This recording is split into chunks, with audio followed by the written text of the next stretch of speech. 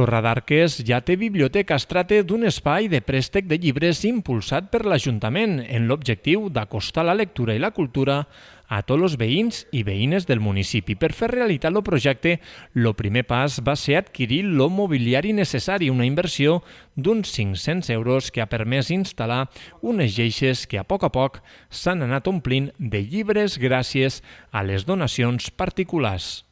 Acercar también la lectura a todos los vecinos y vecinas, entonces realmente se decidió adquirir una estantería entre nuestras posibilidades de alrededor de entre 400 y 500 euros, que es lo que nos podíamos permitir de cara a llenarla de libros, y como veis está llena de libros gracias a esas donaciones que nos han ido haciendo, gente de Alcañiz, incluso nos han llamado librerías de Alcañiz que tienen libros en disponibilidad para darle un segundo uso y una segunda vida y que la gente lo pueda disfrutar leyendo.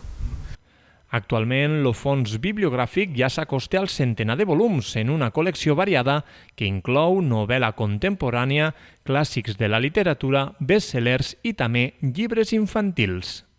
Estamos alcanzando casi el centenar de libros y hace mucha ilusión de que cara hay gente que pueda conocer obras tan buenas como hay, de Isabel Allende, Antonio Gala, José Luis Borges. Hay mucha colección de tanto novela, de lectura infantil, entonces es una satisfacción muy grande el poder acercar la cultura.